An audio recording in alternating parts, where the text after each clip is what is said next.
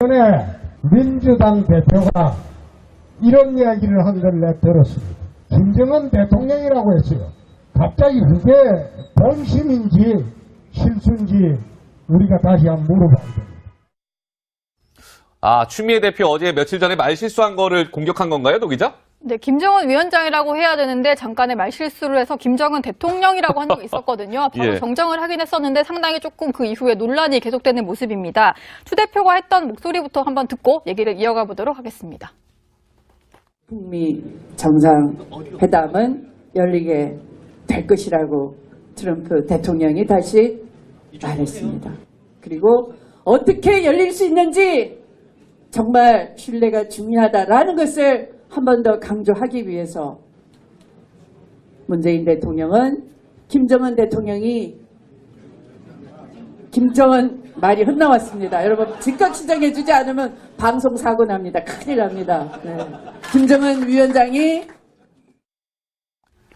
자, 이와 관련해서 저렇게 추미애 대표가 뭐 말실수라고 해야 될지 뭐 잘 모르겠으나 어쨌든 저 발언과 관련해서 장제원 수석 대변인은 또 어제 이렇게 얘기했더라고요, 차 교수님. 예. 아, 추미애 대표 이미 마음속에는 김정은 위원장을 또 하나의 대통령으로 모시고 있는 건 아닌지 모를 일입니다. 이렇게 또 비판을 했는데 교수님은 좀 어떻게 보셨어요? 지금 홍준표 자유한국당 대표나 지금 장제원 지금 대변인은 이 소위 말해서 지금 남북 관계에 대한 그 상황 인식 자체를 유장 평화쇼라고 지금 보고 있는 거 아니겠습니까? 예. 그것이 연장선상에 있는 것이죠. 그렇기 때문에 어떻게 보면 지금 북한의 유장 평화쇼에 지금 문재인 정부가 상당히 속고 있다. 예. 그 차원을 넘어서 본인이 계속적으로 이야기했던 그 법으로 이야기하면 청와대가 주사파 아니냐. 그런 속내가 건뜻언뜻 비치는 것이 아닐까라는 식의 공격을 계속적으로 하는 것이죠. 지난 토요일 날입니까? 예. 김정은과 그 문재인 대통령과의 2차 남북 정상회담에서 예. 문재인 대통령이 왜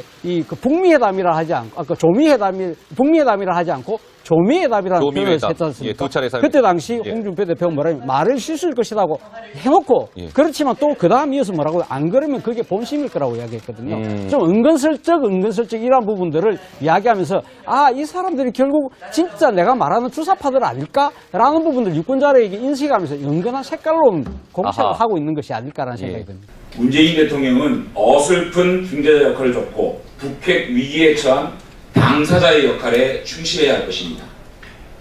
대한민국은 북핵 위기에 처한 당사자입니다. 이번 미북 정상회담은 최우선적으로 대한민국의 국가 안보를 최우선적인 목표로 삼아야 할 것이며 회담의 결실은 북한의 완전하고 영구적인 핵폐기에 대한 확답을 얻는 것이 되어야 합니다. 그러나 지금 문재인 대통령의 역할은 무엇입니까?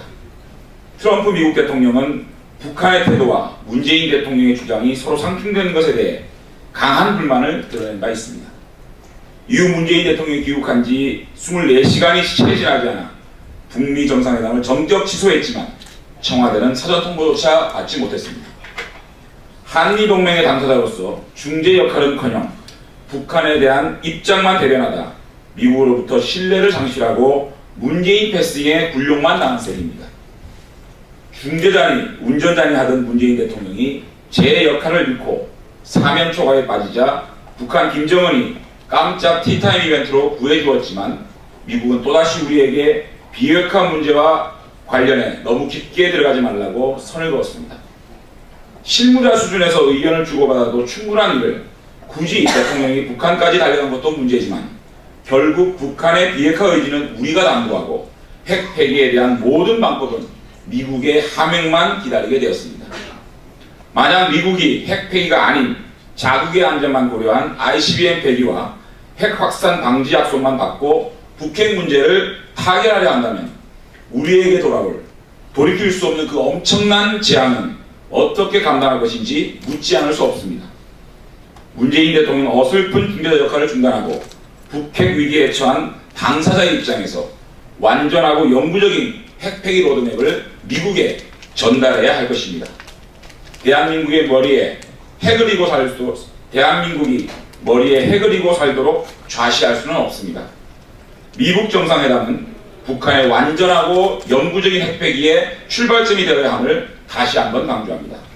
자유한국당은 확고한 힘의 우위와 국제사회의 단단한 공조를 토대로 북한의 완전하고 영구적인 핵폐기를 통해 국가의 안보 이익을 수호하고 한반도 평화 시대를 열어가겠습니다.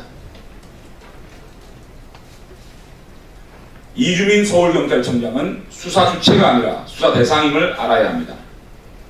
차기 경찰 총수직에 눈독을 들이고 있는 이주민 서울경찰청장의 정권 실세 감싸기가 눈물이 없습니다.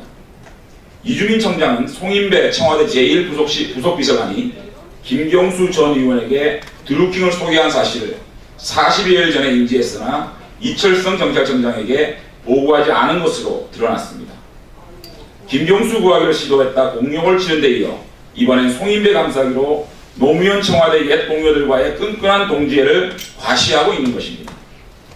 민주주의 질서를 뿌리채 흔든 국기문란 사건인 드루킹 게이트에 문재인 대통령을 지근거리에서 보자 하는 핵심 측근이 연루된 충격적인 사실을 경찰 수사를 총괄지휘 감독하는 경찰청장에게 보고하지 않은 것은 명백한 지휘체계 위반입니다. 또한 이주민 청장은 반성은커녕 시작 단계에서 첫 단추가 잘못 끼워진 부분은 인정한다고 말한 이철성 경찰청장에 대해 축소, 은폐 얘기하면 안타까운 부분이 있다며 반박성 발언을 내놓기도 했습니다. 직속상관은 안중에도 없고 오직 청와대만 바라보는 권력지향적 정치경찰의 전형적인 모습을 보여주고 있는 것입니다. 직속상관 패싱 기법은 물론 청와대 직거래 기법, 은폐 기법, 시치미 기법, 남탓 기법은 타의 추정을 불허합니다. 이주민 청장은 수사 주체가 아니라 수사 대상임을 알기 바랍니다. 더 이상의 출세욕은 버리고 자신에게 향할 특검 수사를 기다리는 것을 권합니다. 이상입니다. 그럼 이제 남북 교류 얘기 아직도 사실은 그런데 어젠가요 장제원 그 자한당의 국회의원께서 또 퍼주기 얘기를 또 하고 나섰어요. 이제 뭐 포춘, 블룸버그 뭐 이런 외국 이제 미국에서 언론까지 이제 인용을 해가면서 그래서 어저께 JTBC 뉴스룸에서도 팩트 체크를 하는 것 같았는데 참 이분들은 어떻게 하고 있습니까 이거? 근데 이제 인프라 건설에 돈이 드는 것을 얘기하면서 통일 비용이라고 그러는데 좀 전에 얘기한 그 박정희 숭배자들은 박정희 정권 시대에 댐을 만들고 고속도로 뚫고 이것을 위대한 업적이라고 찬양하지 않습니까? 근데 왜 그때는 투자고 업적인데 북에다가 하는 것은 비용이고 우리가 손해나는 일이라고 보는지 그 어리석은 주장이죠. 그리고 북에 도로를 뚫고 철도를 건설하면 그게 북한 사람만 이용합니까? 우리가 더 많이 이용하게 될 텐데 그것을 전혀 무시한 주장이고 사실 그 액수도 보면 20년 동안 잠재적으로 그 정도 들 수도 있다 하는 거지 정확하게 한 몫의 그런 거액이 나간다는 뜻이 아니에요. 우리가 또 그걸 다 지출할 능력도 안 되고 또 상당 부분은 이 국제적으로 협조를 받아서 뭐 일본 자금, 중국 자금 들어오고 이 국제기구 예를 들어 뭐 월드뱅크 같은 세계은행 그런 데서 들어오는 돈으로 쓸 수도 있고 여러 가지 방법이 있으니까 저는 뭐 북한의 인프라 건설을 위한 그 부담 때문에 우리 경제가 흔들리거나 이런 일은 전혀 없을 거라고 생각하고요. 그 장제원 의원 같은 사람은 그러면은 과거에 이 이명박 정권에서 4대강 사업하면 30여만 명 일자리 생기고 이 40조의 경제 효과가 날 거라고 했는데 그때는 찬성하지 않았습니까? 그렇죠. 20조 넘는 돈을 써서 하더라도 그런 효과가 날 수 있기 때문에 근데 실제로는 뭐 하나도 효과 안 났지만 그런 황당한 사업도 찬성한 사람이 북방으로 갈 수 있는 북방 경제를 개척해서 우리의 미래를 바꿔놓을 수 있는 진짜로 효과를 볼 수 있는 사업에는 또 반대한다는 게 앞뒤가 맞지 않는 주장이죠. 진짜 그 4대강도 그렇고 아예 그 그 뭡니까 외국 나가서 뭐 자원 개발한다고. 예. 그거는 4대강은 옆에 자전길이라도 나 있어가지고 네. 자전거라도 몇 사람 타죠. 그것도 뭐 위험한 데가 많다고 그렇죠. 하는데 이거는 자전거도 못 타. 네. 어디가 있는지도 모르잖아요. 그러니까 4대강은 최소한 우리 국내에서 네. 돈이 쓰여졌기 때문에 이 한국 안에서 그 돈이 돌고 있지만 그렇죠. 자원 외교는 해외에 나가서 완전히 사라진 돈 아닙니까? 그러니까요. 그러니까 엄청난 국부 유출이 되고 손실을 본 거죠. 하여튼 오늘 아까 박정희 전 대통령을 이제 한 3번 언급하셨는데 역시 5.16을 맞이해서 축사를 해주신 거로 네. 이렇게 간주하겠습니다. 아, 그분들 얘기하면 자꾸 화만 나고 너무 답답하니까 네. 이제 본론으로 다시 돌아가서 아까 우리 의장님께서 말씀하셨다시피 서로 그렇게 뭔가 상호 존중하고 뭔가 서로 뭐 챙겨주고 한 사람에게 같은 민족이라고 다 해주는 건 아니지 않느냐. 그렇죠. 우리에게 우선권이 그 가령 공동 번영에 우선권을 당연시하는 것도 문제다. 말이 안 된다는 말씀이시고 그러려면 우리도 뭔가 해주는 게 있어야 되고 서로 나누는 게 있어야 된다는 말씀이시잖아요. 비핵화 문제와 관련해 너무 깊게 들어가지 말라고 선을 그었습니다. 실무자 수준에서 의견을 주고받아도 충분한 일을 굳이 대통령이 북한까지 달려간 것도 문제지만 결국 북한의 비핵화 의지는 우리가 당부하고 핵 폐기에 대한 모든 방법은 미국의 하명만 기다리게 되었습니다. 만약 미국이 핵 폐기가 아닌 자국의 안전만 고려한 ICBM 폐기와 핵 확산 방지 약속만 받고 북핵 문제를 타결하려 한다면 우리에게 돌이킬 수 없는 그 엄청난 재앙은 어떻게 감당할 것인지 묻지 않을 수 없습니다. 문재인 대통령 어설픈 중재자 역할을 중단하고 북핵 위기에 처한 당사자의 입장에서 완전하고 영구적인 핵 폐기 로드맵을 미국에 전달해야 할 것입니다. 대한민국이 머리에 핵을 이고 살도록 좌시할 수는 없습니다. 미국 정상회담은 북한의 완전하고 영구적인 핵 폐기의 출발점이 되어야 함을 다시 한번 강조합니다. 자유한국당은 확고한 힘의 우위와 국제사회의 단단한 공조를 토대로 북한의 완전하고 영구적인 핵 폐기를 통해 국가의 안보 이익을 수호하고 한반도 평화 시대를 열어가겠습니다. 이주민 서울경찰청장은 수사 주체가 아니라 수사 대상임을 알아야 합니다. 차기 경찰 총수직에 눈독을 들이고 있는 이주민 서울경찰청장의 정권 실세 감사기가 눈물겹습니다. 이주민 청장은 송인배 청와대 제1부속비서관이 김경수 전 의원에게 드루킹을 소개한 사실을 40여일 전에 인지했으나 이철성 경찰청장에게 보고하지 않은 것으로 드러났습니다. 김경수 구하기를 시도했다 공룡을 치는 데 이어 이번엔 송인배 감사기로 노무현 청와대 옛 동료들과의 끈끈한 동지애를 과시하고 있는 것입니다.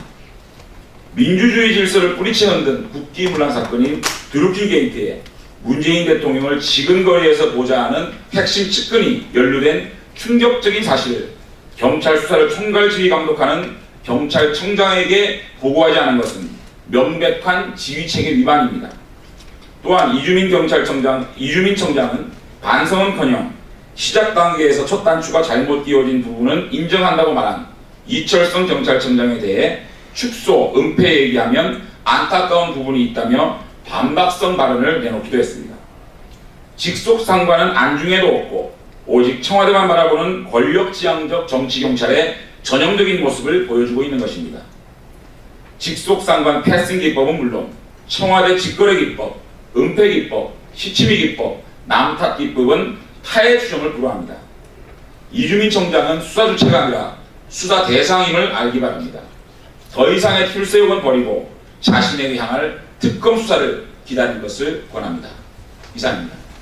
그럼 이제 남북 교류 얘기 아직도 사실은 그런데 어젠가요 장제원 그 자한당의 국회의원께서 또 퍼주기 얘기를 또 하고 나섰어요. 이제 뭐 포춘, 블룸버그 뭐 이런 외국 이제 미국에서 언론까지 이제 인용을 해가면서 그래서 어저께 JTBC 뉴스룸에서도 팩트 체크를 하는 것 같았는데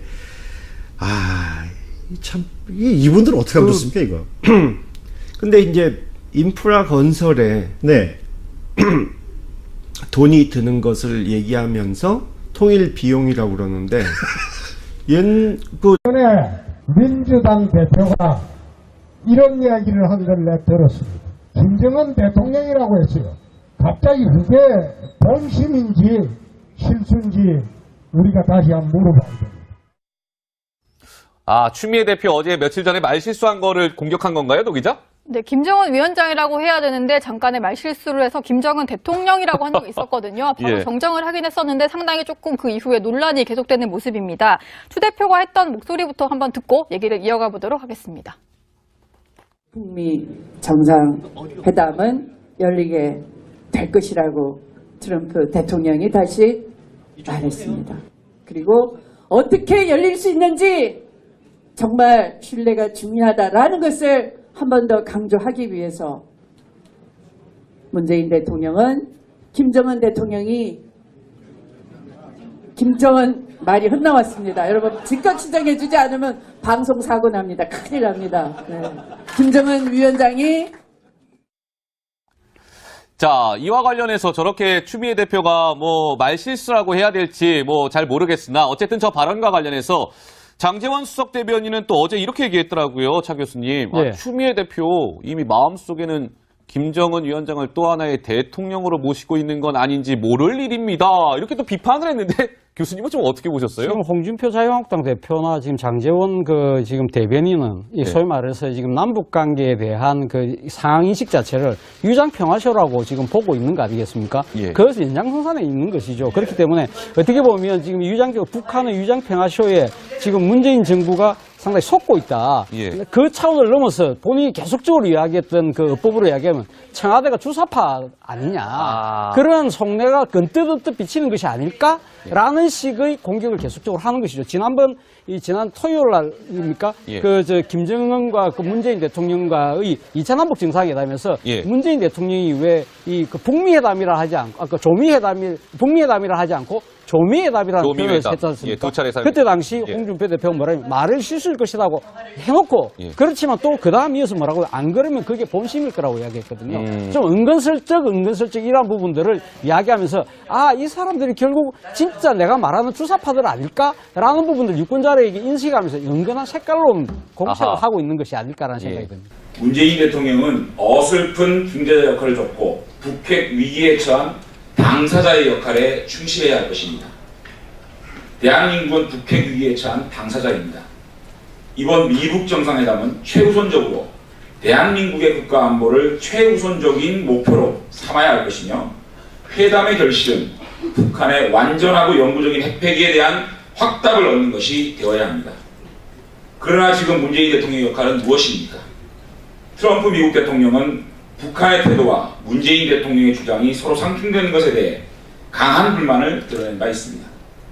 이후 문재인 대통령이 귀국한 지 24시간이 채 지나지 않아 북미 정상회담을 정적 취소했지만 청와대는 사전 통보조차 받지 못했습니다.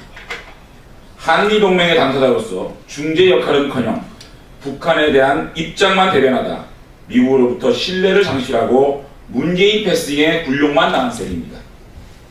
중재자니 운전자니 하던 문재인 대통령이 제 역할을 잃고 사면 초과에 빠지자 북한 김정은이 깜짝 티타임 이벤트로 구해주었지만 미국은 또다시 우리에게 좀 전에 얘기한 그 박정희 숭배자들은 네.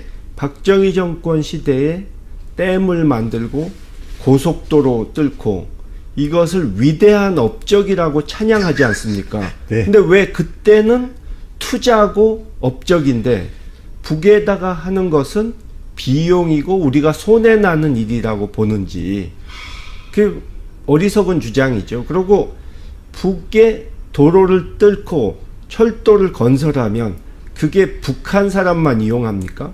우리가 더 많이 이용하게 될 텐데 그것을 전혀 무시한 주장이고 사실 그 액수도 보면 20년 동안 네.